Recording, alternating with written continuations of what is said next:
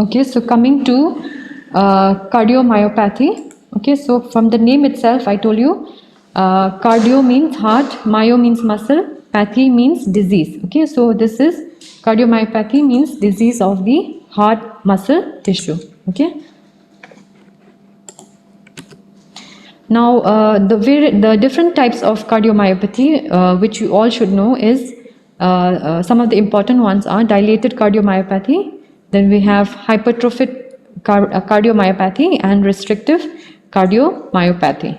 Okay, so this dilated cardiomyopathy, from the name itself, dilated means distended. Okay, so there will be dilatation. Okay, in dilated cardiomyopathy. Then what is the mechanism of heart failure in case of dilated cardiomyopathy? There is usually a systolic dysfunction. Okay, so that means there is an impairment of the contractility of the heart, and the causes is usually genetic, idiopathic, alcohol, peripartum myocarditis, hemochromatosis, sarcoidosis. These are some of the causes of dilated cardiomyopathy. Okay, then we have an hypertrophic cardiomyopathy. Here what happens, there is diastolic function. Okay, diastolic dysfunction means there is impairment of the compliance. Okay, so you know that when the heart contracts, that is systole. When the heart dilates, it's called diastole. Okay, so in hypertrophic cardiomyopathy, there is impairment of the diastole. Okay, and the causes are mainly genetic causes. All right. Then there is another type of cardiomyopathy called restrictive cardiomyopathy. Here also there is a diastolic dysfunction. Okay, and the causes can be amyloidosis, radiation-induced fibrosis. Now this is the picture showing this is the normal heart. You can see in dilated cardiomyopathy the heart is it's dilated, no, and it becomes thickened. All right, this is dilated cardiomyopathy. Here in hypertrophic cardiomyopathy, these hypertrophic cardiomyopathy and this is restrictive. Okay, both has a diastolic dysfunction.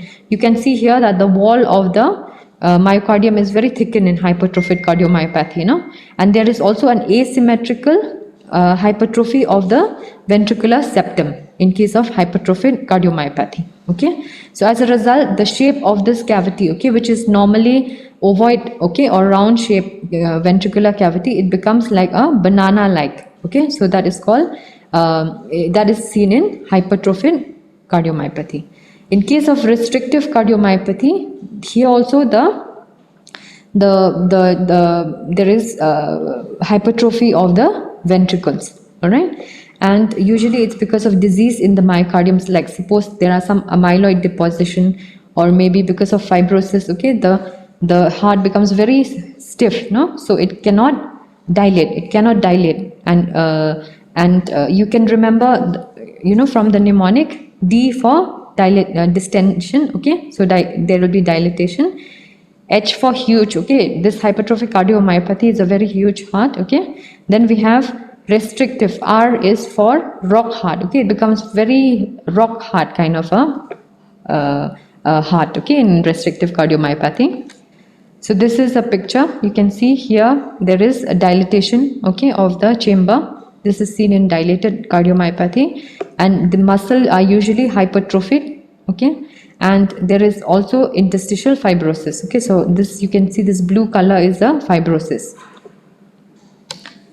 Then in hypertrophic cardiomyopathy, I told you the cause is usually genetic cause. Okay, and it is caused by a mutation in the sarcomere proteins. Okay, so if this is a picture, suppose this is a picture, schematic diagram of a myocyte. Okay, so the myocyte have these sarcomeres. Okay, that means these are the muscle components. Okay, the sarcomeres here, and then we have a nucleus here. These are the cytoskeleton. All right, so in case of hypertrophic, usually it is caused by the mutation in the sarcomere proteins. Okay, proteins here, like this blue color, okay, is for hypertrophin, myosin binding protein C, and then myosin light chains. Okay, so these are causing hypertrophic cardiomyopathy, whereas in dilated cardiomyopathy, these are caused by these highlighted in red color. Okay, by mutation in these proteins, which can be a sarcomere protein, it can be a mitochondrial protein, it can be a cytoskeleton protein, okay, it can be a nuclear protein.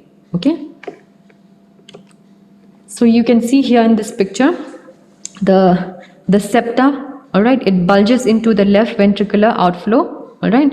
That's why there is some asymmetry kind of hypertrophy seen in restrictive myocarditis, okay, a restrictive cardiomyopathy.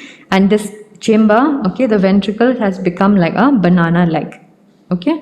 Histologically, there will the muscle are like showing this array, okay, extreme hypertrophy, and there is exaggerated myocyte branching, all right.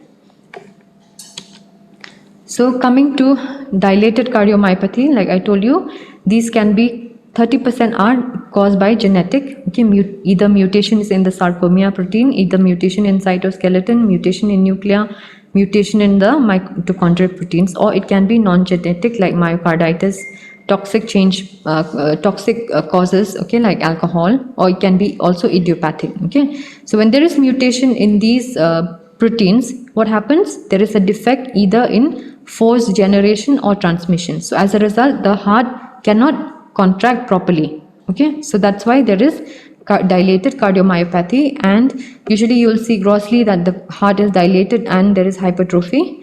Microscopically, you'll see fibrosis interstitial in the interstitium, okay. They can also be intracardiac thrombi because of stasis of blood, okay. So ultimately, it will lead to heart failure or sudden death. It can lead to atrial fibrillation. It can lead to stroke. Okay. So you remember that in dilated cardiomyopathy, because of the systolic dysfunction, it becomes hypocontracting. Okay. It is flabby and hypocontracting. Whereas in hypertrophic cardiomyopathy, 100% is because of genetic cause, and usually it's seen by mutation only in the sarcomere proteins. Okay, like that picture I showed you, and there is a defect in the in forced generation. Okay, so hypertrophic cardiomyopathy, there will be hypertrophy. Okay, there will be in asymmetrical septal hypertrophy, myofiber disarray, fibrosis, interstitial and replacement. Okay, and there will be left ventricular outflow tract plaques, thickened septal vessel. Ultimately all these will lead to the same thing like heart failure. Okay, sudden death, atrial fibrillation, stroke. Okay, so the difference is here in dilated cardiomyopathy there is flabby, it's hypocontracting, whereas in hypertrophic cardiomyopathy it is thick and hypercontracting. All right.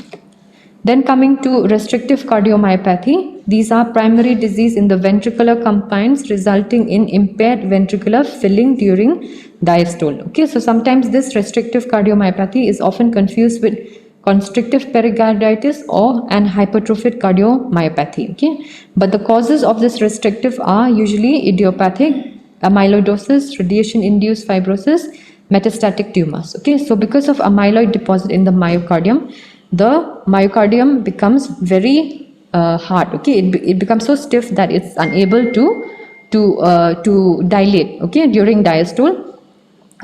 Also because of maybe radiation induced fibrosis. Okay, so the entire myocardium can become fibrous and it becomes like a rock hard kind of a heart which it fails to dilate. Okay, so morphologically the ventricles are usually normal size or mildly enlarged. The cavities mostly are not dilated, but sometimes we see biatrial dilatation.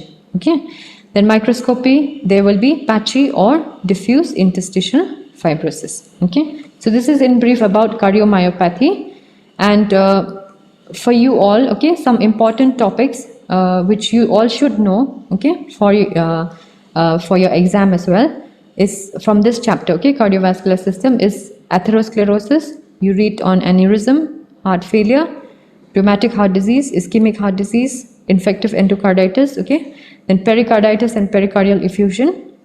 Then these last two topics like cardiomyopathies and syphilis in cardiovascular system, these are actually usually for short notes, but at least these chapters from 1 to 7 you need to know it properly. Okay, so that's all for today. Thank you.